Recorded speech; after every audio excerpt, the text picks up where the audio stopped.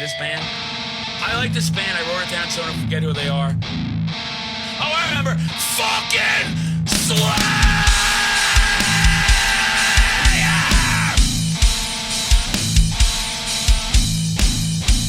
Here we are. We're back. We're back. Metal Horror Madness with two of my favorite people in the scene. D Vicious, Pat Absorbed from the mighty Self-Absorbed. You haven't seen a show till you've seen them. She jumps off stage, she's body slamming people, she's doing suplexes, she's twerking, he's up there fucking going crazy, and we're just killing it. If you haven't seen this band live, you haven't seen anything. If you haven't listened to their music yet, what's wrong with you? What's wrong with you? What, do you got Winger on right now? I don't want to hear that bullshit. I low-key like some of that, but I don't want to hear that. I want to hear the hard. I want to hear the thrash, the crossover. I want to hear the baddest motherfuckers in the business. Self-fucking-absorbed. Every song is a banger. Everything you're doing, it's just a matter of time. Like I told you at the Bonanza, I don't even know how I remember saying that because I was pretty messed up, but it was a hell of a time. Family Jubilee. Without further ado, the mighty Self-Absorbed. How are you guys doing? Doing great. Thank you so much for that intro. You're very welcome. That was incredible. But your intros are very legendary. Oh, yeah. Thank you. And I like that. I need more ego boost. So thank you for letting me. Because the one thing the Madman needs, it's not like I'm running around like I own the world already. So the more stuff I get, the more powerful. I'm trying to become like Thanos, but the good version. Oh, yeah. How has it been? Last I saw you were at the New England Death Metal Fun Time Bonanza up in Maine. Crazy scene. One of the nicest things I will never forget what you did for me with the fucking Slayer. I went ballistic. They dedicated a song to the Madman, the mighty Raining Blood. Your set was fucking next level. How did you feel at that festival? I mean, I think like it was a great first time playing out of state. Yep. I mean, that's what a time, you know. We were there for all 3 days and it was just a lot of fun. Like we got to meet a lot of new people, played to a lot of new people, and got to meet you for the first time. So it was just like such a good feeling overall. Everyone was so sick. Everyone was nice. The bands were great. The accommodations were awesome. Nice. We were just, a great experience overall. Yeah, it was really such a family environment up there. I was so glad we were able to connect. We were just talking about it yesterday. I was talking to Sophie from the Final Girls, and she was raving about the mighty Self-Absorbed. And she said, she said some great. So I got to clip that when I do and tag you guys so you could hear it. And That'd be awesome. yeah, I mean, Unreal Performance, is that typically for people that don't know or haven't got to see you yet? I got to see you once so far, hoping many, many more times we could connect. Do you typically do all that crazy shit? Are you pushing people, jumping off stage? I'm doing anything I can to keep the energy up or get the energy up. Yep. When I'm on stage, definitely my number one goal is for my energy to radiate so much that other people in the crowd feel it and, have a more fun time. That's like what my goal is, to have everybody having fun. Yep. Our sets can get a little crazy or a little violent sometimes. Like we do love the hardcore moshing. We are a thrashcore band. That core is hardcore. So our main thing is just to get people moving, to get people smiling, Yep. headbanging, doing anything that they want to do to have fun. So I try to do as many things as I can to try to get other people to feel comfortable to let loose. And you do it well. And it is that type of environment. It's what it's supposed to be, right? Metal's supposed to be dangerous, violent, and fun at the same time. I mean, friendly, violent fun. Good, friendly, violent fun. What a quote by a great band. And yeah, it's one of those things where people, we all talk about the cliches, right? They all think we're these like out of control lunatic. I mean, we kind of are, but we're also out there to have fun. We're not trying to hurt people. That lifting people up, as you know, with me too, I am huge with that. And it's just nice to hear that and see that. So that was your first time out. How did you feel traveling? I remember you telling me that at the time, and I know it's got to be a big deal to come all that way. It wasn't that hard of a decision. Like we were really eager to get out of our state. We had Yep. really only played shows in Michigan at all. Mm-hmm. So when Eric from Bonginator offered us the opportunity to play, not only is the festival a good platform, like for us to get out there, get our names out there and Yeah. meet new people, a whole new experience for us. We had never been to like an outdoor music festival, multi-day thing, Yep. like stay overnight.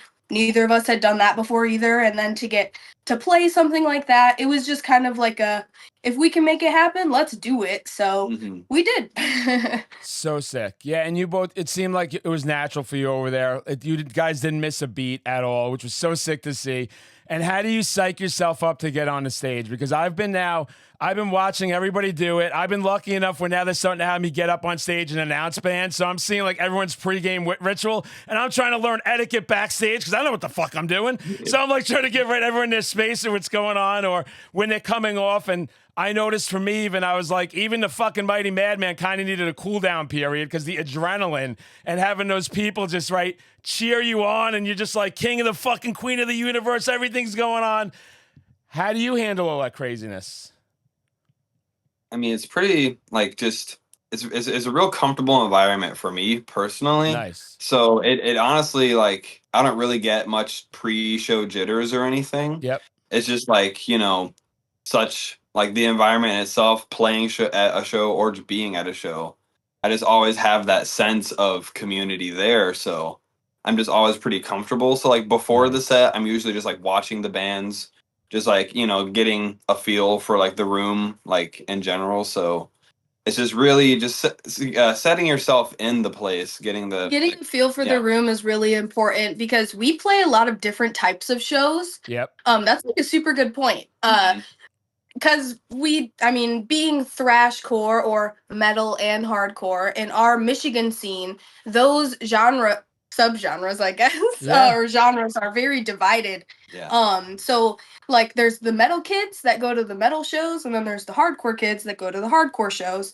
And so we have really tried, not only in our music to do crossover, but to do the crossover of our local scenes as well. Nice. And that being becoming friends with people and having those friends come to different types of shows. Yep. So we've played with new bands, we've played with old bands, we've played with touring bands, we've played some basements, we've played 300 cap venues, all different cities. So we've played with emo bands, Nice. metalcore bands, all different types of genres and different festivals in Michigan too, like smaller festivals where there's 10 or 15 bands of different kind of styles. And so for each one, when we get ready to go on stage, the vibe of the crowd is very important because Yeah. sometimes the vibe of the crowd is they don't really want to mosh. They just want to watch and, bang their head or something or have fun. Or so you can't really go on stage totally pumped up, ready to get everybody to get violent because it's not going to happen every single time. Right. Yeah. True. So for things like that, you kind of have to hype yourself up to really play well as a musician or, make your music sound as good as you can. Or other times, the crowd wants to go crazy. So you kind of, give the musicianship a little bit of the back burner and then Yep. you just go all out energy, crazy the whole set because people are more so watching you rather than listening.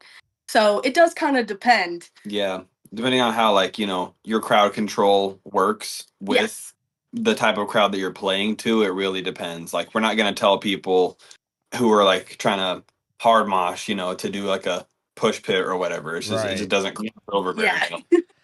Yeah, and it's one of those things that's always now. I'm old school 47 here. I've been around when those two scenes.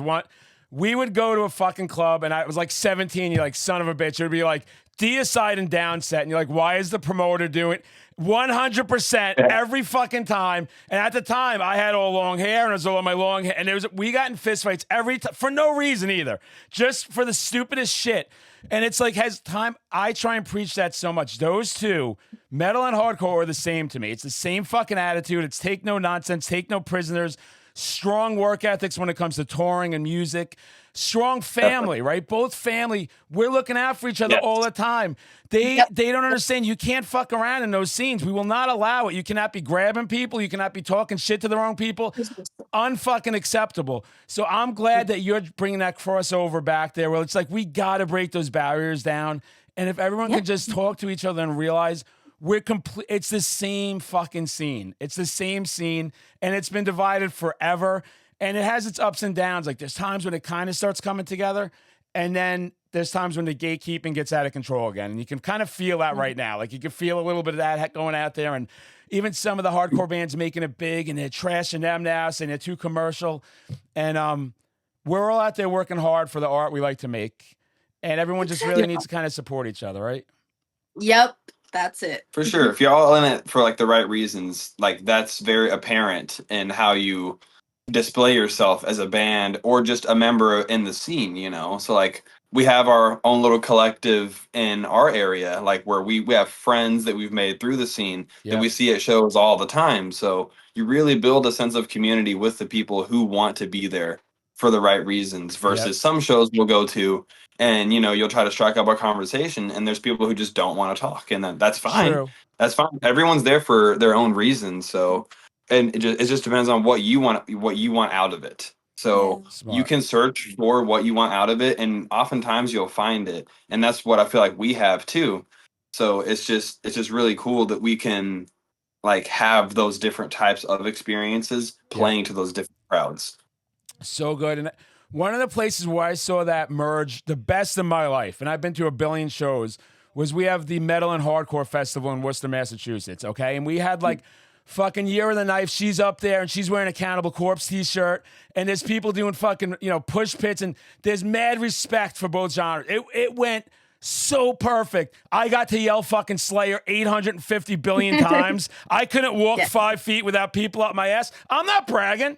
I'm not full of myself. It wasn't one of the greatest fucking things in my fucking life, except day 2. I partied so hard day 1.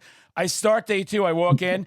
Madman. I'm like, hey, how's it going? Get the fuck away from me. And everyone that's with me is like, what are you doing?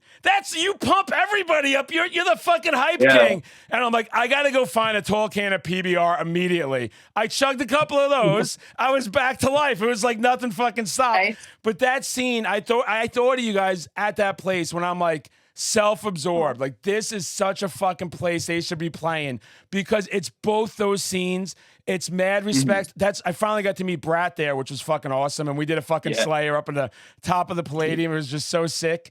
Cool. It was so cool. They were so cool. And that environment was so cool. I loved watching boats. And you'd hear the hardcore bands come out and say, like, let's do a circle. Like, there was no division and everybody was together. And that's why I love that you're doing that too. And how do you guys get into this style of music? I just as far as metal goes, you know, I'd always like kind of like been around it. As far as like the mainstream stuff until I met Dee, and she was the one who was like, you know, heavier into that shit. I showed him Municipal Waste and Exodus. Okay. Yep. Exactly. Then he got into like Havoc. And I was really into Slayer. That Slayer's like my favorite band ever. Yes. And Slayer, Exodus, we got them all. Yeah, I can relate. But so it started with thrash, and then Big Four stuff for me too. My first metal band was Metallica. Nice. I went straight from liking like Christian pop music to liking Metallica, and then my life changed. Yeah. So that's where we really started. And then in probably 2021 is when we found the hardcore scene. Yes. And then in 2022, we really developed like a want to be on the stage and be like, yeah, we can do that. Like, I'm pretty sure we can do that because we met more people going to shows and we just went to more smaller shows because smaller shows you can afford more so than bigger ones. And once we got into the local scene, that's when it really kind of blossomed, the hardcore anyway. But we've always really liked metal, I guess. We've always liked riffs, so that's why we want to like bring riffs back into like the aggressive style music, because you know sometimes that could get lost you're Mhm. taking sacrificing style for substance, and it's just it's cool to have fun. You know, it's cool to have fun up there. So it's just as far as that goes, like yeah, she showed me the thrash bands. Municipal Waste really stuck. And Yeah. before that, I was a grunge kid playing, grunge music. So Oh, nice. that was the bridge that we found. Kind of was like Alice in Chains. So it just went on from there. It's amazing with the grunge because I was just talking to Elise from her band Avowal, sludge band I really like, and she was talking about the same thing with that grunge did, where that grunge fucking thing, it has such an impact on the metal scene. And at the time, it's because I remember at the time, like there was more grunge was more connected to Black Sabbath than to like fucking anything else. You know, it was those fuzzy Yeah. riffs, it was that raw stuff. It really helped get music kind of back on track. And that's why I like what you guys, you hear that just, it's aggressive, but you hear the fucking riffs, you hear the good time. And how do you like recording? I like to ask everybody this too. How did you like recording, not for you, as opposed to just getting on stage and just jumping around? What is better for you? And I'll say 80% of the people have said one thing, so I'm just curious. Well, how would you take it? Our recording process is very uncanny or like pretty I'd say. untraditional. Okay. So we definitely, I would say, like playing the music better Yep. than recording. We're both perfectionists in our Okay. own way Yeah. and in different ways. Right. So recording can be a little bit stressful, or like for the EP, not for you, since it was like a solid idea in itself. We Yep. really wanted it to be a certain thing, so we had goals for it and we needed to make those goals.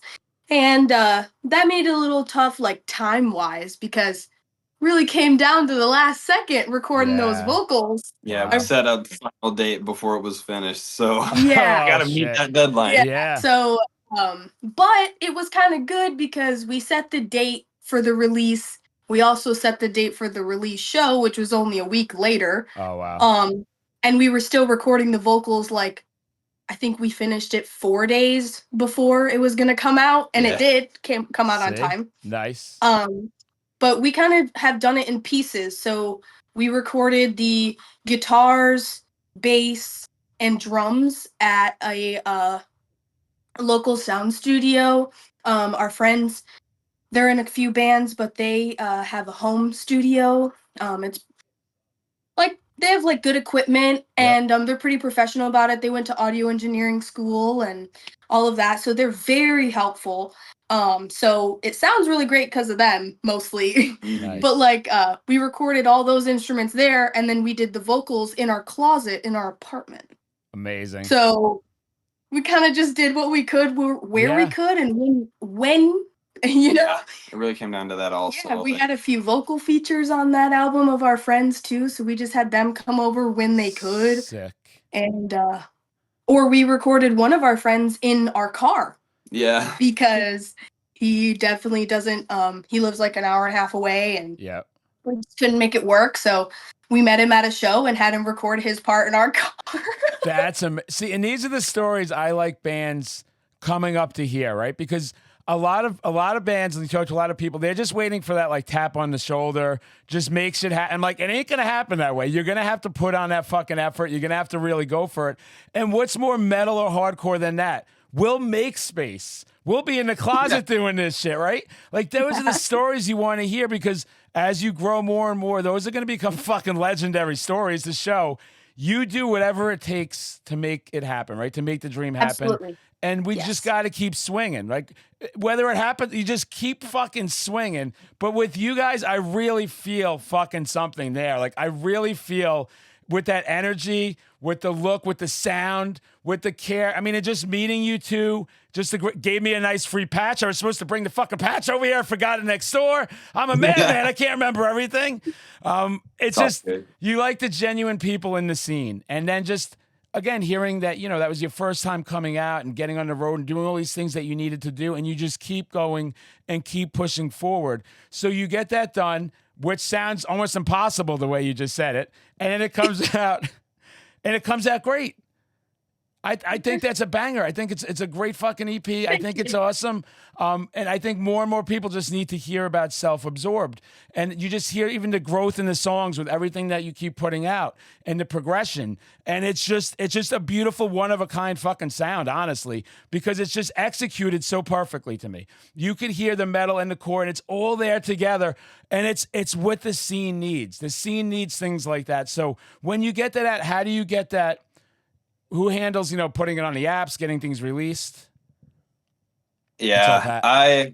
we have a distro kid that I put everything out through, Okay. and social media is like a collaborative effort between the two of us. She does most of the posting, Yep. and like I'll post stories up every now and then, like announcing like shows the day of or whatever.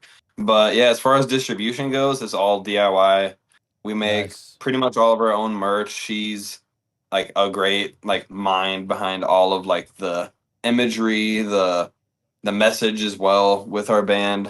So we just really want to get that across in pretty much any method that we can advertise ourselves.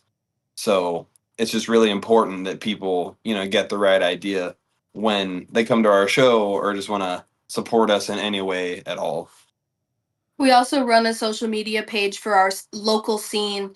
It's like a Michigan collective page that we post pretty much. We try to get every show that's going Yeah. on every day. Mhm. Oh, wow. That's local anyway, and it's crazy the amount of bands and cities and venues that are popping off, and like the music scene in Michigan's huge. So we run that page as well, and he does, or we both do band interviews on that page where we Nice. interview our local bands, and he's like the host and I do Yeah. all the editing and Oh, stuff that's and sick. filming. So that's a really big part of it too.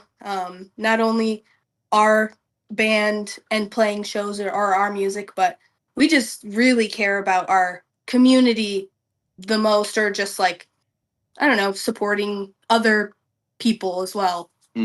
Like a rising tide lifts all ships. So that's really what we want to achieve with that group. Like Yep. we're called the Mid Michigan Hardcore Collective. So if anyone wants to learn more about our scene locally, what we have going on, just like we got Instagram, we have a Facebook group, and we're just really trying to create that unity across the entire state. So if you're coming through, there's usually something going on every weekend. So there's always something to go to and support. And another member of our collective is book shows through that page, the Mid Michigan Collective, Mid Michigan Hardcore Collective page.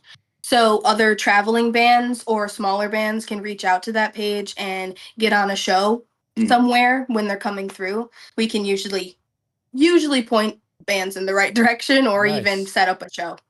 That's so sick. And what are the venues like by you? What type of venues? In Lansing, we just got 2 house venues at the moment, Yeah. but that like drives the heart of our scene. Basically, Yeah, what no, we that's have. sick as shit. Yeah, that's a flex to Yeah, me. Yeah. exactly. There are 2 basement venues. They're called the Jolly Llama and Monty House. So it's very DIY. Like all like they're run by like Monty House is by Mayhem Booking, and the Jolly Llama is the house of this a Just guy. a guy in the Yeah. scene. He's in a band too, so he Mhm. offered up his place. Yeah. Basement shows type of vibe. There are some other like bar venues in Lansing, but they Yeah. don't have great reputations. Right. And usually, like in our alternative or hardcore punk scene, people are pretty aware and pretty. I don't want to say picky. I think is the wrong word, but they're not going to go somewhere that they don't want to support. Exactly. They're very quick to cut something off if it's not something that they will run with. So yeah, luckily though, being in Michigan, like there's a venue that you can play like an hour or 2 hours away. It's like when we play in Nice. Detroit, there's like stage venues and such. Same with Perfect. Grand Rapids, but there's definitely in Detroit there's a bunch of venues, Yeah. but most of them are going to be those venues are going to be a little picky about what genres they host. Right. Getting a venue to book a hardcore hard mosh show, Yep. it's a little bit more tricky, but I mean we have skate shops, record shops, bicycle shops, tattoo shops, Gatekeeper Games. They're a gaming store, Oh, that's and sick. they all of those places have we've heard been to or heard of hardcore shows happening. So anywhere someone can, they will. But sometimes it repeats and sometimes it ends with one because that's happened before Right. too. Hey, But and it's Michigan venues are pretty cool. it's tough. No, definitely in that scene, it's tough. Like there's a brewery around here that's got like a stage, and I'm like, they would fucking never ever entertain a hardcore. There is no fucking way in hell. Like they started doing wrestling, which I was shocked. I was like, hey, that's a step in the right direction. If that goes well, you know, maybe we'll see. But that scene is all about what you two are doing right there. It's friends, family. It's building up a network, right? It's just letting everybody have a place to be. What's been your favorite place to play, as far as venues?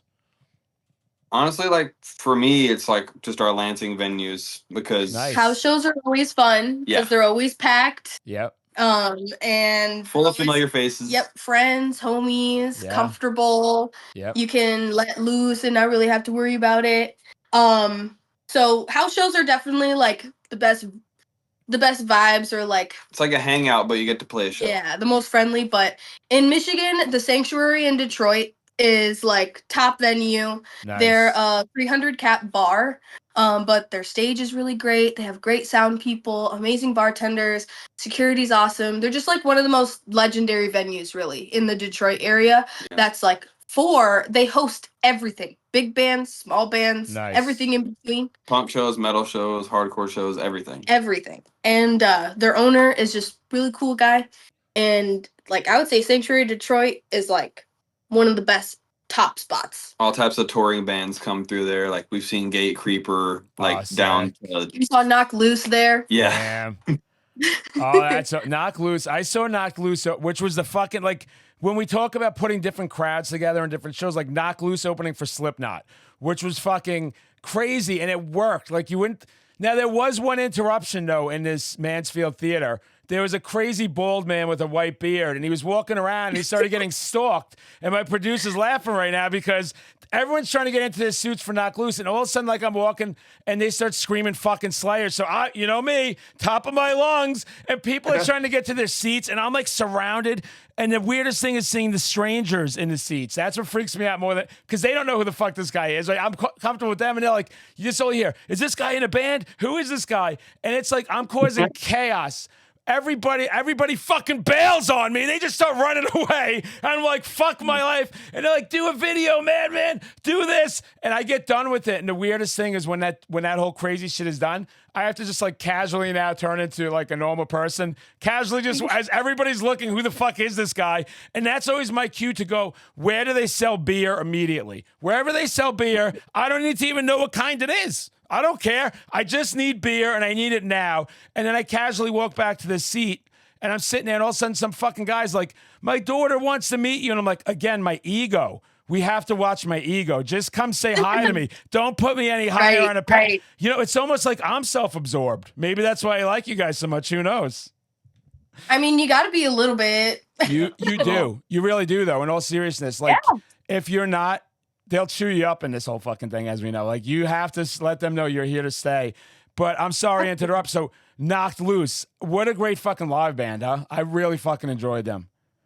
Oh, yeah. And, I mean, we've both gotten our fair share of injuries in the pit. And I could imagine. Definitely that Knocked Loose show was one of the most packed shows we've been to. And I guess this is a PSA for drink your water, eat your sugar before the show. He passed out right before they went on stage, and we were like front row. Wow. And the lights go down, and he's out cold, and the show's so packed, security couldn't really see us.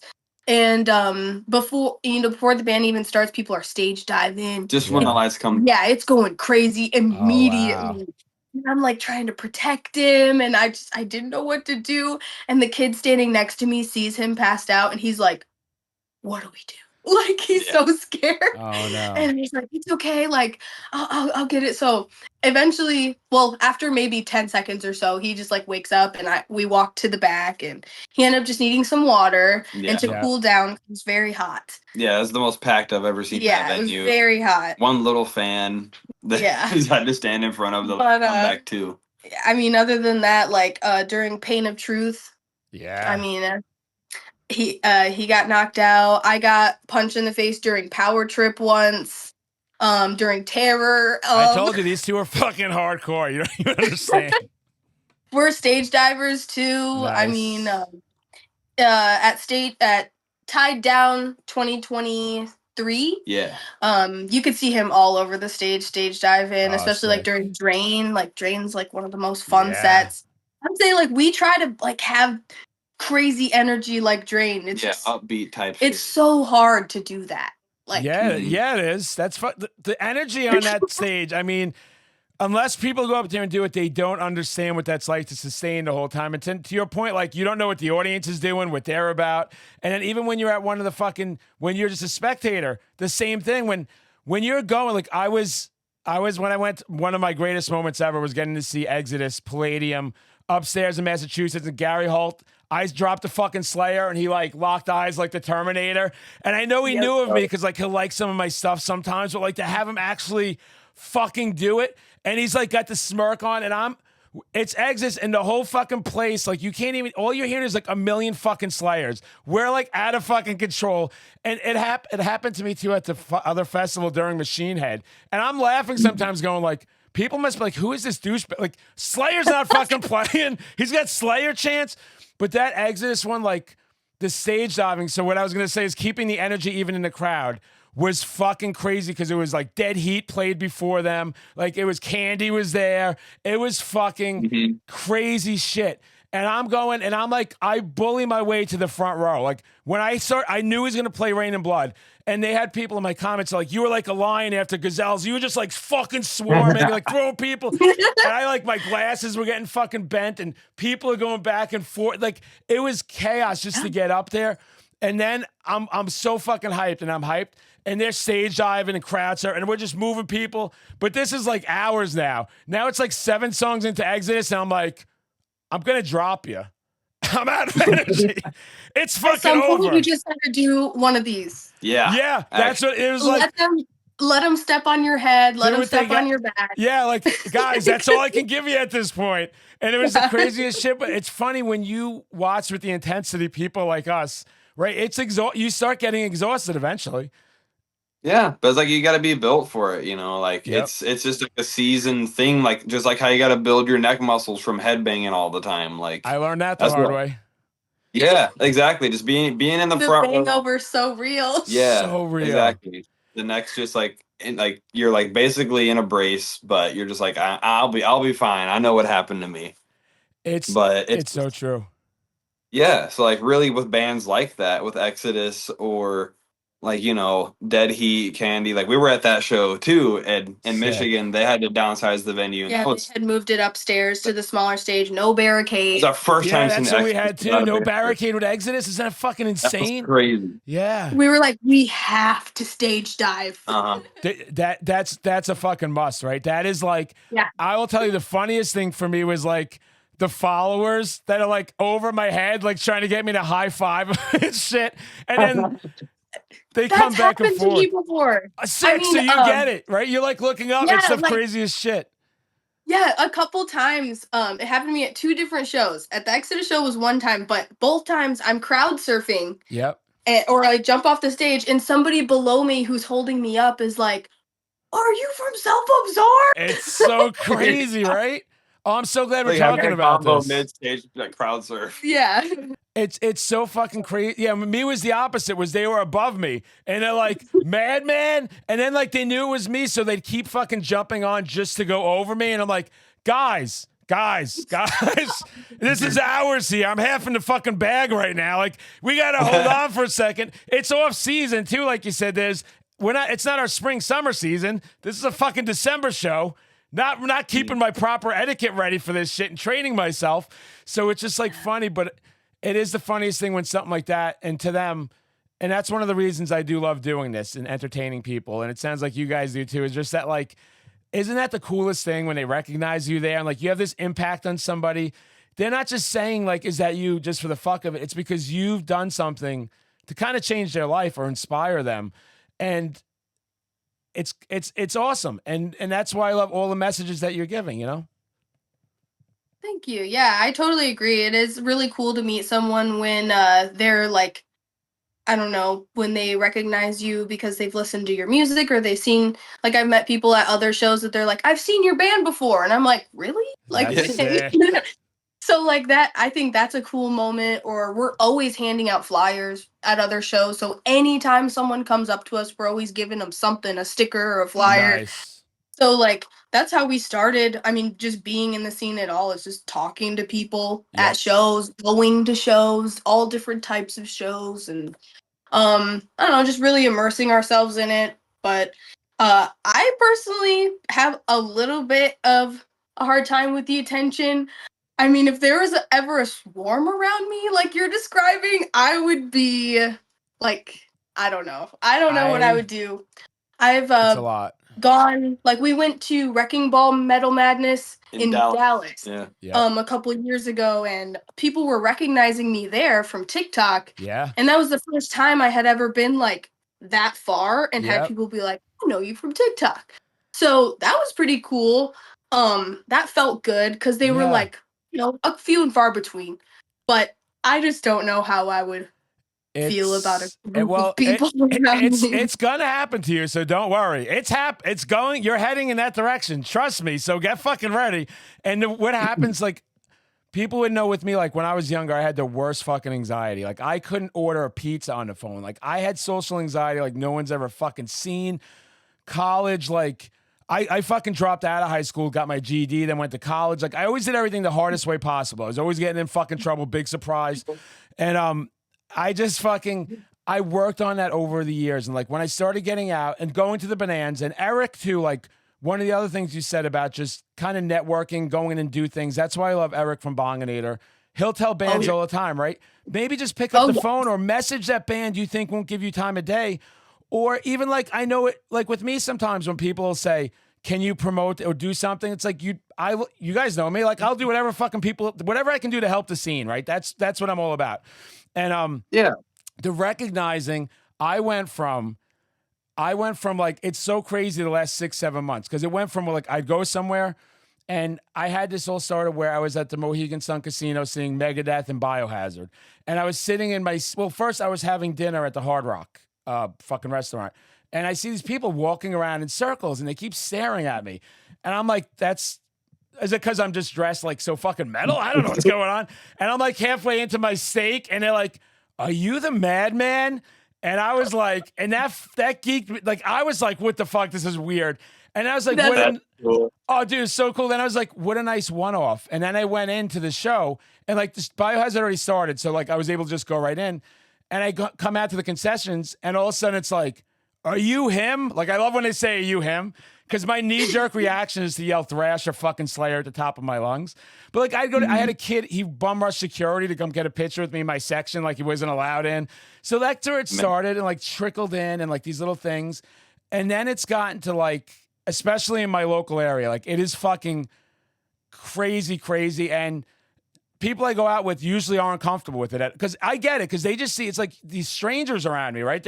And they kind of follow me for a while till they're ready to all come in and like make their move. Yeah. And well, that used to like really freak me out until now. I am so comfortable. I feed off of it.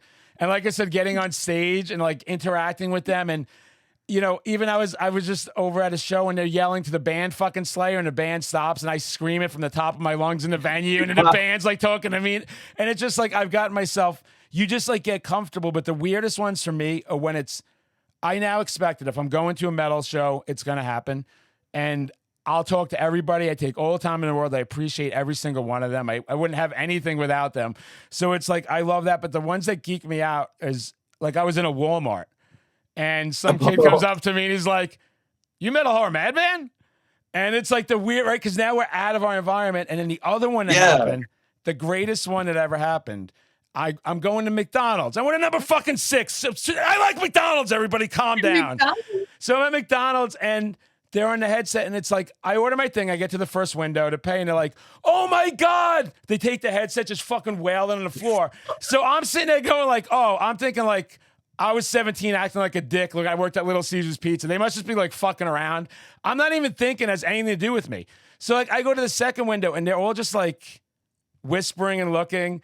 And I get to, are you Metal Horror Madman? And the only thing I could do, it's McDonald's. is a shift manager, all the employees. There's people in the lobby. The little windows open. Fucking Slayer at the top of my lungs. So they're like geeking out. So I'm like, they're trying to get a selfie through the fucking window. I'm like, no, I'll pull over, get out of the car. We'll take some selfies. Those are the ones when you start having that happen is the crazy. You just feel so accomplished. You're like, they still like, this was the greatest day of my life. When someone says that to you, right, you're just like, for me, like, what the fuck is going on here? So it's all going to be happening. You're going to get more and more of that shit, and you just adapt to it and just, you guys be who you are. Very accessible, very likable, very sincere. And it all just kind of breaks down the more and more that happens, for sure.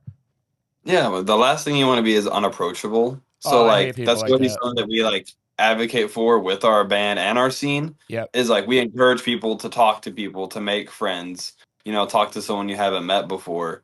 And it's just really cool to have that approachable sense to you.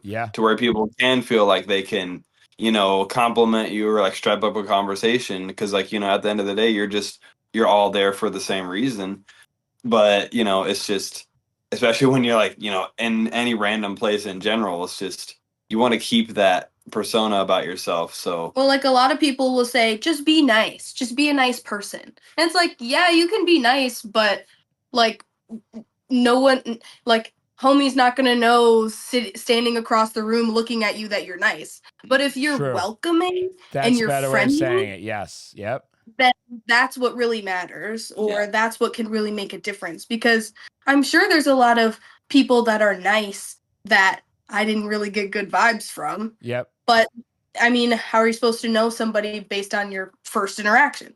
But if you're welcoming and you walk right up to them and you compliment them first, or I don't know, just something like "thanks for coming," then it's a lot easier that way. It goes a long way. For sure. I have someone whenever I do my TikTok lives, and they'll start giving self-absorbed fucking shout-outs. So I pull out the CD all the time, and they're just like, I'm their number one fucking fan. And I'm like, no, I'm their number one fucking fan. And we just like go back and forth.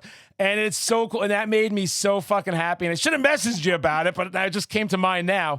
And it's that's what I'm saying. Like, there's traction out there, right? We just got to keep getting the fucking name out there more, keep getting out there more. You have something for sure. You have the intensity, you have the welcome and vibes. And I like the way you put that, because it's one thing to even say hi, and like the people that are coming to say hi to you, they don't know if we're having a bad day. They don't know if we have anxiety. They don't know if the worst day of our life happened. We're in a horrible mood. I'm always like, when I'm with them, it's like, you have all my love and compassion, because I appreciate that you appreciate what I'm doing, because it's not, as you know, it's not easy to entertain people. And sometimes if it's not going great, like, you know, it's a lot.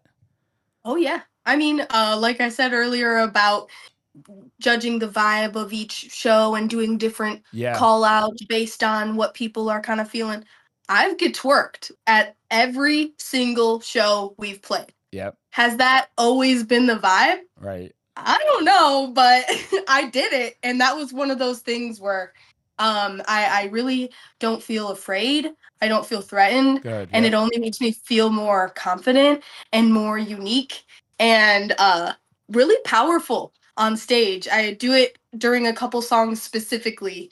So like when it comes time, I get really excited. Like we opened for I Hate God at the Sanctuary. Sick. Wow. And it was a pretty good show. And you know, good twerking in front of and Ex Hoarder was on the bill too. Yeah. So Pat O'Brien, you know, ex Cannibal Corpse, was in Ex Hoarder at the time, and they're like a legendary thrash band as well. So to play in front of them, not only to show my chops on the guitar, but then to shake my ass too. Right.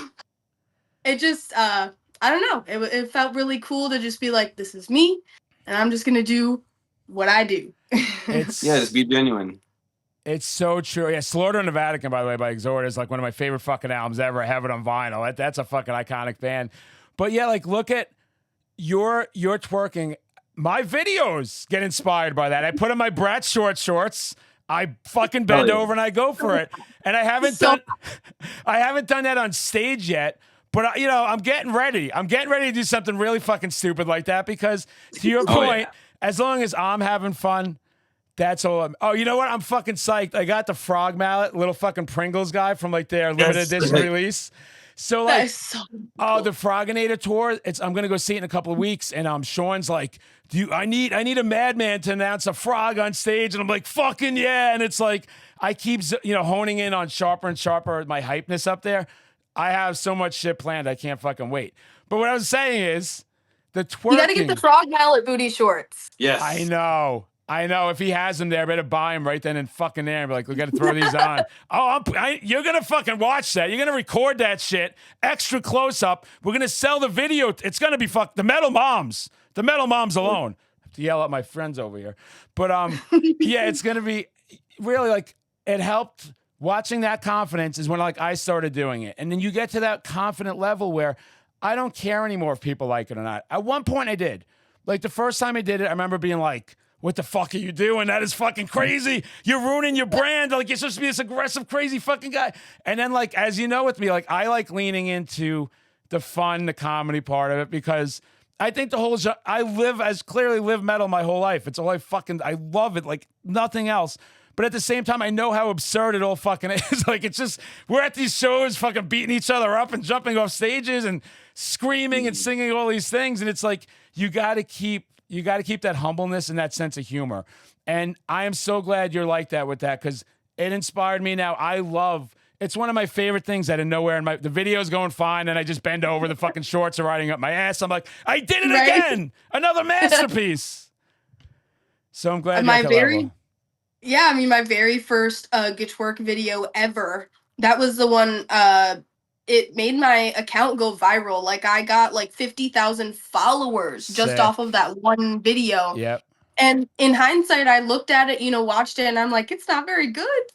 Like, I put myself out there. It had, like, 700K views. Wow. And it's not my favorite video of myself. So that's always how it is. It happens.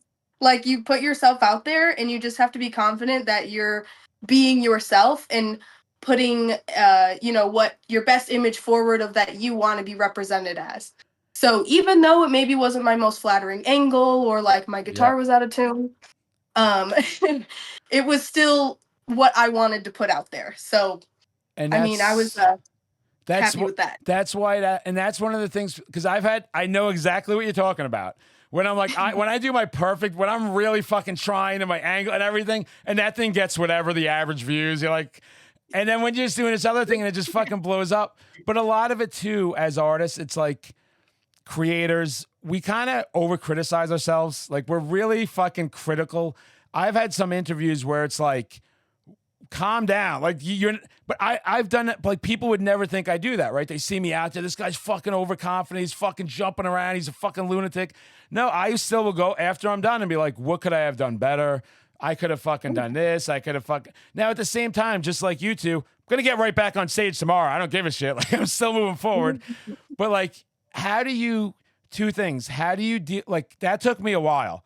I had this bad habit if things didn't go the way I wanted them, I just like go on a fucking bender. I'm like, fuck this. I don't know what the fuck I'm doing. I hate this shit. I shouldn't be doing it. And then the other thing I was having a problem with was you get off stage or, you get off a live or you get off whatever and you're like, you're ruling the world. And then you realize like, I got to go fucking work tomorrow and put up with this bullshit and train my brain to like take orders again and like do my thing. I like to ask everybody that because I feel that it seems like a lot of us we struggle with that a little bit. For sure. Well, like as far as going back to normal life as it is after a show, I can really speak because I'll have this amazing weekend and then I'm in an Amazon van for the next 4 days. Right. So it's just like having that post-show, post-weekend feeling. It can get to you, but you always just gotta live in that moment. So it kind of takes away from the burn of knowing it's going to end. Right. So like, balancing regular life with, your show life or your homies that you see every weekend, it just all comes with just how you take it. So I feel like I've gotten better with, knowing what to expect. So it really makes that difference when, like the Bonanza, that was like the one of the first vacation type things that we've been on Oh, together. wow. So Yeah. Recovering from that took a couple days. yeah, it Oh, did. that was, as you say that for me, that took me a week. That took me a week of everything, decompressing from the partying. And like, then we ended up on an Old Orchard Beach, like climbing fucking life towers and doing all crazy shit we shouldn't have been doing, like 3, 4 in the morning, showing back up the next day. And then just just of being in the scene with all our family and all these people that are looking up to us and our peers and all this other great shit. That was a rough next week for me mentally, physically, everything. I couldn't snap out of it. Like I just wanted to capture that again. And to your point, here I am fucking working and, putting up with all the shit I don't want to do that I know I have to do. Yeah, for me personally, I got a lot of my jitters out like when I did performance art in high school and I did sports in high school. During that time I did want to be in a band and I did start playing guitar when I was 14, 15. But in the circles I was in or my opportunities I had available, I was doing sports or singing in choir. So I had performed in front of a lot of people before. Like I performed at my graduation, which I went to a decently sized school, so it was probably 1,000 people. Oh, wow. Yeah. With everybody in the auditorium. And at that performance was probably when I felt my lowest. Wow. I felt like I was underprepared, and afterwards I just really tore myself up about it. I felt like I didn't do well and all of that. And that feeling I've never gotten being in Self-Absorbed or playing on That's stage great to hear. as an adult. Yeah. So I know what it feels like to get off stage and just really tear yourself apart or just feel weird about your performance or whatever. But honestly, being in this band and doing what we've done so far, I've never had a moment where I felt intimidated to go on stage or I didn't do well. I've messed up. I've messed up on stage before, but at no point was I ever oh, that performance sucked. I've never said that. Yeah, Awesome. The performances have been great. Yeah. You may mess up technically. Right. The show that you put on is what matters the most. And then everybody coming up to you smiling and your friends who listen to your music and they're like, oh, it sounded great. You guys did awesome. It was a great set. Yep. And a lot of our friends have seen us multiple times at this point. So they would let us know if it wasn't our greatest. And they always say, you just keep getting better. And the support from our friends or from people in the crowd is really what makes it. You don't focus on your own criticism if you focus on other people that are obviously liking it and they tell you you did great. If you listen to the good set, bro, just take it to heart. Everybody talks about how annoying that is, and I'm like, why? Thank you for telling me I did good. I needed that. Actually. Yeah, I think, and that's something with me. I love that. Again, I'm full of myself, but it means something to me. No, maybe that's why we like it. It could be because we're full of us. It's you're appeasing my ego. Thank you. Now I could move on with life. But yeah, it's true, and it's great to hear that because Self-Absorbed, I feel like it's just going to grow bigger and bigger and bigger, and we can't forget about the madman as you surpass me. It's going to hurt my ego as you surpass me up there. But I think a lot of great things keep happening. I think everything about the band, like I said, the look, the sound, the vibe, the energy, there's a lot of things. You're influencing a lot of people. When I'm doing interviews and you're getting brought up, just think about that. That's pretty fucking sick. That's showing that you have an impact on all these people and everything. What's going on for 2025? Are there plans to travel outside of Michigan again, or is it right now? There are? Okay. Yes, actually. What do we got cooking here? We're doing our first weekender with one of our friends from a band called Crying at Work. They're like a metalcore-ish type band. They just put out a release, a Lord of the Rings themed EP. So they have an incredible femme vocalist as well. Nice. Mm-hmm. That's going to be in May, and we have one date in Chicago and one date in Indy. So we'll going to be in Indianapolis, Indiana, and Chicago, Illinois. And those are the only 2 out-of-state dates that we have. We're playing a festival in Ohio with Ignominious and Scab Hag and our buddies Desadent. Sick. That's gonna be at the end of April. So that's gonna be a pretty sick show. Yeah. So just a couple out of state shows planned right now, but we're definitely hoping to get another one going in the fall to make it a little more out east probably. We definitely want to release music this year. We want to do a couple singles, maybe an EP by the end of the year. But this year the focus is definitely on playing shows further away. Nice. Playing shows that are like new opportunities. Yep. And writing new music. I'd say. That's awesome. And that's the thing too, like you got to get more on this East Coast, get into like a Boston show, a Philly show, and a fucking hardcore scenes, DC. Like, you do want to play a Philly show. And you play just a show with Final Girls so bad on the East Coast. Yeah, and that's fucking they're so fucking sick. And we just got to get that out there more because you're going to become the scene as you get out there. It's going to be so fucking sick. And anything you need, if you're doing shit, just let me know. I try and stay on top of everything you do and share it in the stories, help fucking promote it. Let me know whatever you need help with at all times. Sometimes I'm all over the fucking place. So if there's something, never feel, just be like, hey, Madman, can you repost this or share this? No fucking problem.